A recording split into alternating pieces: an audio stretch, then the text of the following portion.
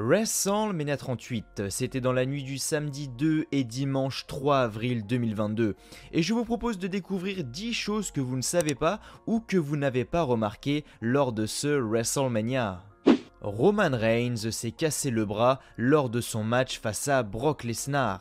En effet, lors du show, certains fans ont remarqué que Roman Reigns s'est blessé au bras après avoir subi une prise de soumission par Brock Lesnar. On entendra d'ailleurs Roman Reigns informer Paul Heyman de ce problème qui était une luxation de l'épaule, puis il mettra fin à la rencontre assez rapidement avec un spear sur Brock Lesnar avant de se remettre lui-même le bras en place et porter les deux ceintures pour sa célébration, donc respect à Roman Reigns car ça doit faire super mal.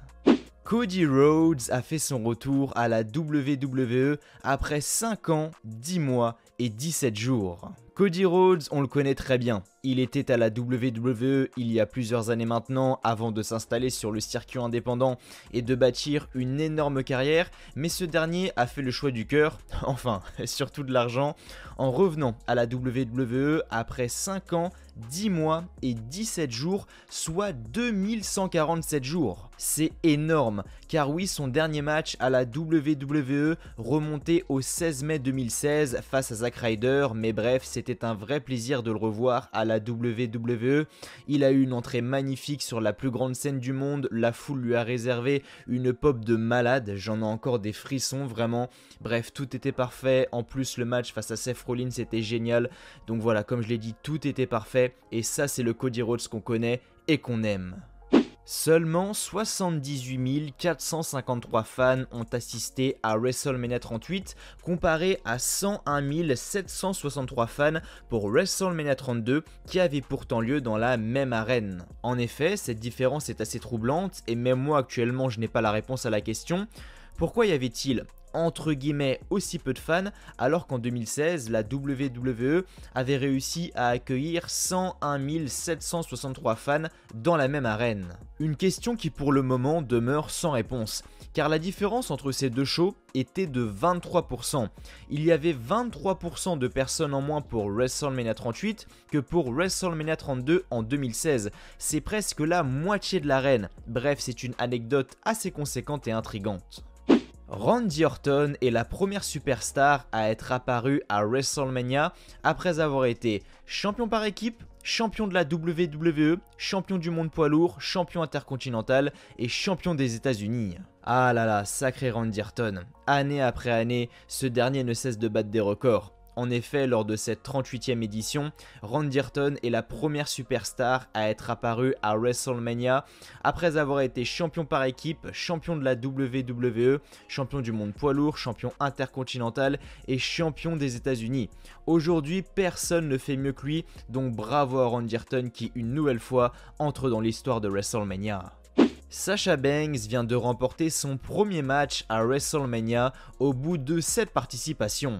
Cela pourrait vous étonner, mais pourtant c'est bel et bien la première fois que Sasha Banks remporte un match à WrestleMania, car même après de nombreuses apparitions comme WrestleMania 32, WrestleMania 33, WrestleMania 34, WrestleMania 35, WrestleMania 36, WrestleMania 37 ou encore WrestleMania 38, Sasha Banks vient tout juste de gagner son premier match. Mais pas n'importe quel match, hein. Je rappelle que Sasha Banks est devenue championne par équipe de la division féminine avec Naomi, donc bravo à elle. Les deux championnats mineurs, à savoir le championnat intercontinental et le championnat des États-Unis, n'ont pas été défendus lors de ce WrestleMania. C'est quelque chose d'assez rare et d'assez surprenant. Par ailleurs, le titre intercontinental, actuellement détenu par Ricochet, n'a pas été défendu dans un pay-per-view depuis WrestleMania 37. Ça va bientôt faire 1 an, donc j'ai vraiment hâte de voir Ricochet défendre son titre, et j'ai également hâte de voir Finn Balor défendre le sien, parce que 2 titres mineurs absents lors d'un WrestleMania, bah malgré tout, ça se ressent. Drew McIntyre a annulé sa propre entrée spéciale prévue à WrestleMania. On le sait, pour la WWE, WrestleMania c'est l'occasion de mettre les petits plats dans les grands, avec des entrées qui sortent vraiment de l'ordinaire. Cependant, s'il y en a bien un qui a refusé que son entrée soit modifiée, c'est bien Drew McIntyre. En effet, l'Écossais a estimé que les ajouts qui devaient être apportés à son entrée ne l'auraient pas amélioré. Drew McIntyre voulait se connecter à la foule plutôt que d'avoir une entrée exagérée.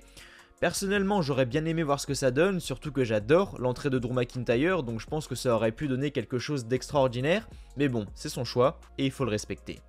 Logan Paul a fait référence à Eddie Guerrero avec son Frog Splash lors de son match en équipe avec le Miz face à la famille Mysterio. En effet, vous ne l'avez peut-être pas remarqué, mais Logan Paul a bel et bien fait référence à Eddie Guerrero. On peut le voir à 2 moments du match. Le premier, c'est lorsqu'il réalise plusieurs souplexes avec les mouvements typiques d'Eddie Guerrero, et enfin on le verra lorsque Logan Paul va monter sur la 3e corde et commencer à agiter ses épaules, pareil à la manière d'Eddie Guerrero, donc c'était 2 petites références assez sympathiques envers la légende.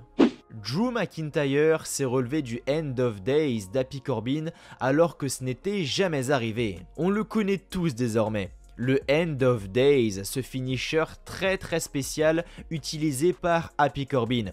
Tellement spécial qu'avant WrestleMania 38, personne ne s'était relevé de ce finisher dévastateur. Pourtant, Drew McIntyre a réussi à créer l'exploit en se dégageant du End of Days d'Happy Corbin, donc grand respect à Monsieur McIntyre de s'être relevé de ce finisher qui était synonyme de fin de match. Roman Reigns a participé au main event de WrestleMania à 6 reprises et c'est également devenu la première superstar de l'histoire à avoir uni le championnat universel et le championnat de la WWE. On a commencé cette vidéo avec Roman Reigns, et bien on va la clôturer avec Roman Reigns. En effet, le chef de tribu a une nouvelle fois impressionné en participant au main event de WrestleMania à 6 reprises. Pour le moment, seul Triple H avec 6 participations et Hulk Hogan avec 8 participations en main event le devance.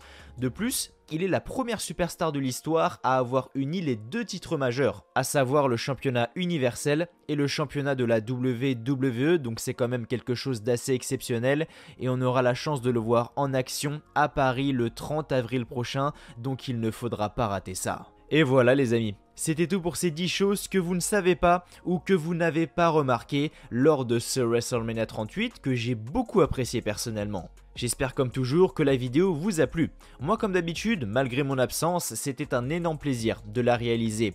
Avant de partir, n'oubliez pas de vous abonner à la chaîne et de mettre un petit like, un petit pouce bleu, voilà. Ça me ferait vraiment extrêmement plaisir et ça vous prend que 2 secondes mais ça m'aide énormément. Donc merci à tous ceux qui contribueront aux abonnements et aux pouces bleus. D'ici là, prenez soin de vous, je vous souhaite comme toujours que du bonheur, que des bonnes choses, portez-vous bien et merci à vous d'avoir regardé cette vidéo. Allez, ciao, bye bye.